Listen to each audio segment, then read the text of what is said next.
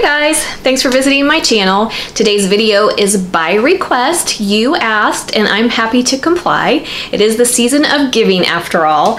So we are going to can up some cranberry sauce today. Many of you were interested in this and I thought, why not? We'll just add one more video to the lineup here. I thought the best thing to do was probably to stick to a pretty basic recipe without any fluff added to it. That way it will work well for most people. I am going to be adding some orange flavor, but you can totally leave the orange out if you don't groove on the cranberry orange thing and you'd prefer it just to be cranberry. Now I know someone's going to ask me, as I've already been asked when I uploaded my spiced apple cranberry sauce a few weeks ago, if you can add things to this recipe. And my answer is going to be yes, so long as whatever you want to add is safe for water bath canning, number one. And number two, whatever you're adding, you need to check the processing time for that particular thing. For example, the spiced apple cranberry sauce that I shared with you a few weeks ago, everything in that is safe for canning. However, apples are canned at a different processing time than cranberries. Cranberries are processed for 15 minutes, apples are processed for 20 minutes for pints. So for those of you who asked me, my answer to you was yes, that is safe for canning and I will stand by that, but you have to increase your processing time to the 20 minutes, and that's for less than 1,000 feet. If you're at a different altitude, you'll have to make the adjustments that you normally make. So that recipe is safe for canning. You can follow it. You can can it the way that we're going to can this up. Just adjust your processing time. So anything that you decide to add to this, make sure it is a high acid food, safe for water bath canning, and then double check the time for canning that specific thing. I would stay away from adding low acid foods. I know we do that in water bath canning with salsas and things like that. However, we stick to recipes for those things because you have to have the proper pH in your jar, which means you have to have a proper ratio of acid to offset the low acid food that you're putting in the jar. So I would just stay out of that area and I would not add any low acid food to this. So apples, the orange flavor is fine. Things like that that you would normally add to a cranberry sauce, I just wouldn't get too creative with it. So like I said, we're going to stick to a pretty basic one here today, and you can kind of do whatever it is that you choose to do with that. I chose to do a cranberry orange sauce today. That's pretty popular. If you don't groove on orange, you can totally leave the orange flavor out and just do a straight up cranberry sauce.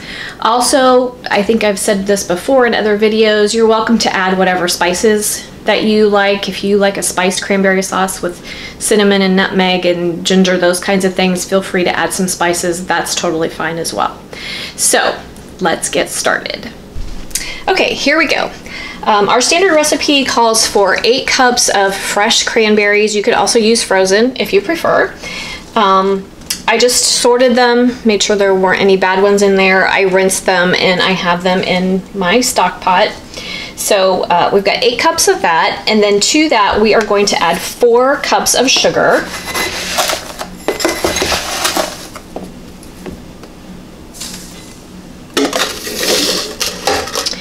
And then for the water, the recipe calls for 4 cups of water, but I was going for the orange flavor, and for this recipe, this is pretty much the recipe from the Ball Canning website. They said to add 4 cups of water, and they also said to add the zest of 1 orange, which was optional. So I did zest the 1 orange, and I thought, why just zest it? Why not use the juice? So I juiced the orange as well. So I have, and it gave me about 1/4 cup of juice. So I have 3 3/4 cup of water and the 1/4 cup of orange juice for my liquid, but you could use all water.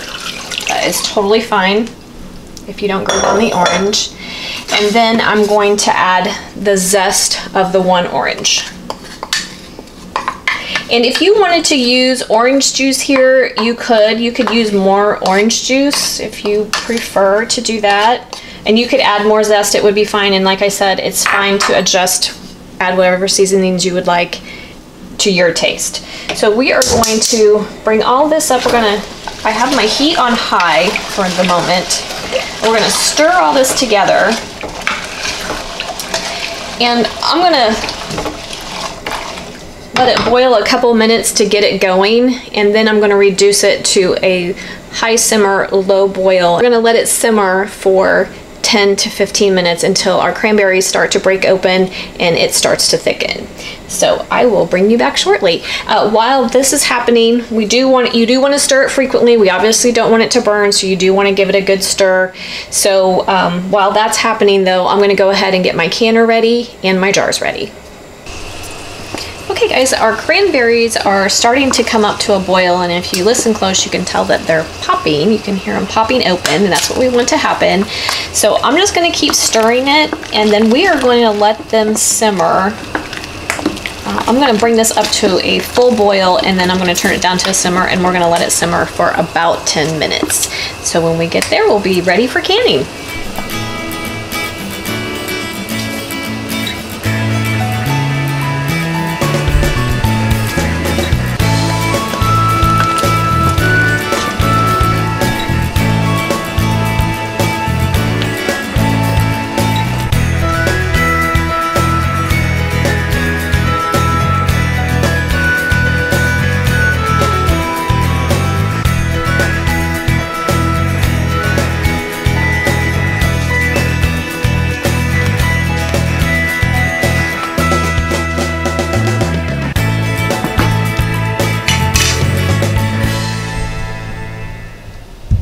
Okay guys, my cranberry sauce has been cooking for about 12-13 minutes, and you can tell the cranberries are mostly broken down and there's some resistance. It's starting to thicken. I can feel the resistance when I'm stirring it. And the other way to tell is you want it to coat the back of a spoon. So if you stick a spoon down in there, run your finger down the middle, if it holds its shape, you're good to go. So we are going to get this canned up. Okay guys, we are all set for canning.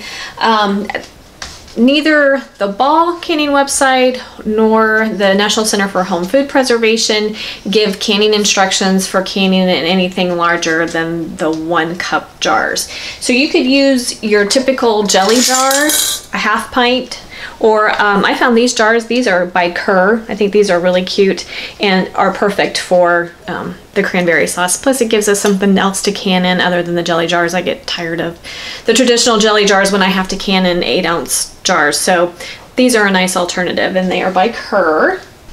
Modern canning guidelines state that you do not have to pre-sterilize jars and lids if you're going to be canning for 10 minutes or more, and we are going to be canning for 15. So I just washed my jars and my lids, rinsed them really well, and my jars are being kept hot in the hot water in my sink.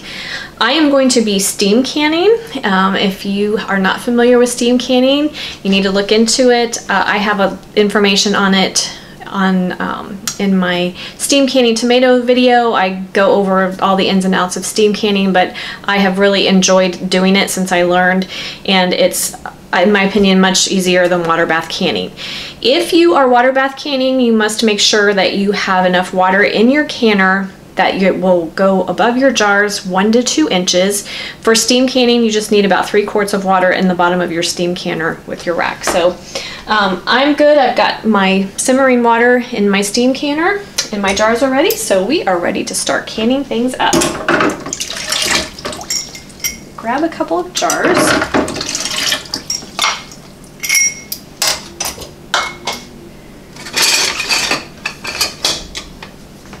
And we are looking for a 1/4 inch headspace.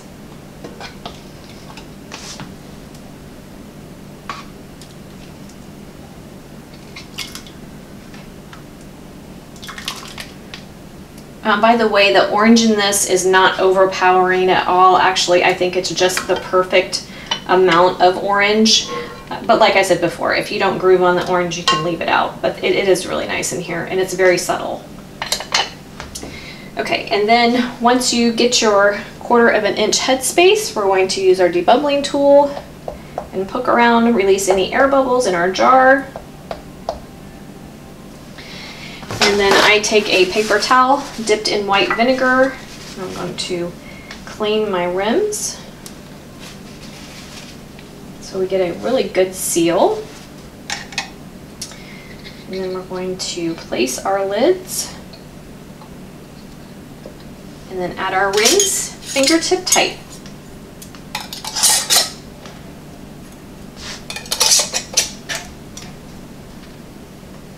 And in the canner they go.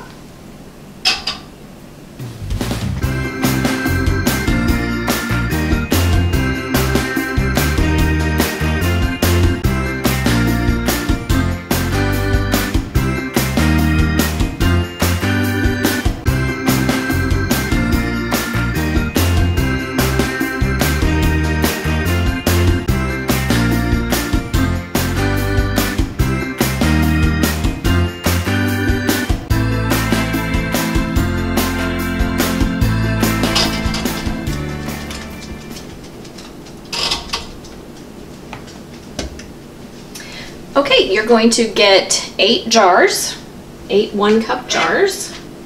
So we're going to go ahead and put on our lid, crank up our heat. Oops.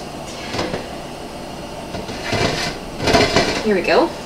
If you are steam canning, you are looking for getting your little dial gauge needs to be in the green zone, and then we can start timing. If you are water bath canning, you must bring your water bath canner up to a full rolling boil, and then you can start your processing time. So when we get there, I'll bring you back. Okay guys, my gauge is in the green zone, which means I need to start timing. If you're water bath canning, make sure that your water is at a full rolling boil.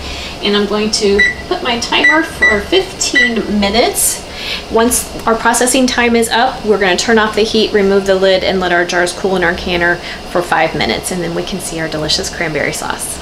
Also, you want to make sure that you adjust your heat. You don't want it on high the whole time you're canning. You just want it high enough that it keeps your water at a full rolling boil, or in my case for steam canning, just want my gauge to stay in the green zone. So make sure you adjust your heat for that, and we will continue. Okay guys, we're all done. After my processing time was up, I took my lid off and let my jar sit in my canner for 5 minutes. So now we're ready to take a peek. If I can find my lifter.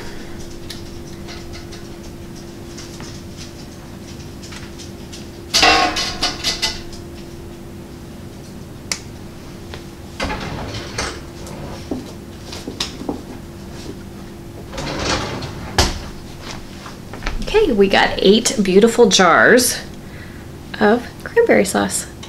Doesn't it look delicious? So good. Excited for this. So I hope that that was helpful to you. I did save 1 jar out so that I could show it to you up close. Now this is obviously not cool and completely set up, but at least you can see it. Isn't it beautiful? Just such a pretty color. Just a little bit of orange flavor in there. It's still pretty warm. But anyway, you can leave the orange out if you don't groove on orange. That's totally fine. Do what you like. And like I said, if you do want to toy with the recipe a little bit, I would just stick to things that you know are safe for water bath canning. Please don't experiment too much. You know me, I'm a safety girl. It worries me. So that's pretty much it for this video. I am going to be doing the cranberry ketchup for you as well. I'm going to be working on that this weekend. I'm excited for that. And I have several things still coming up for the holidays.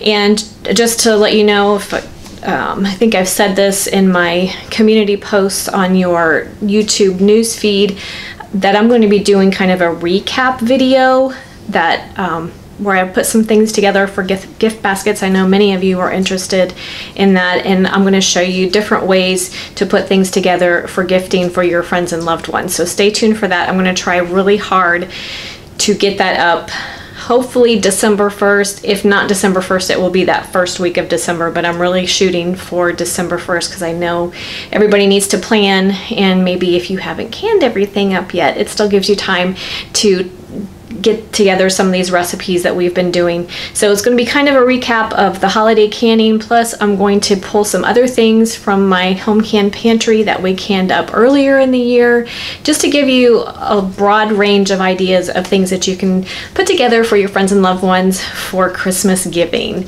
So thank you so much for watching me today, joining me and coming along for the cranberry sauce. Like, subscribe, and share, and leave me a comment, and I will see you next time. Thanks, guys. Have a great day.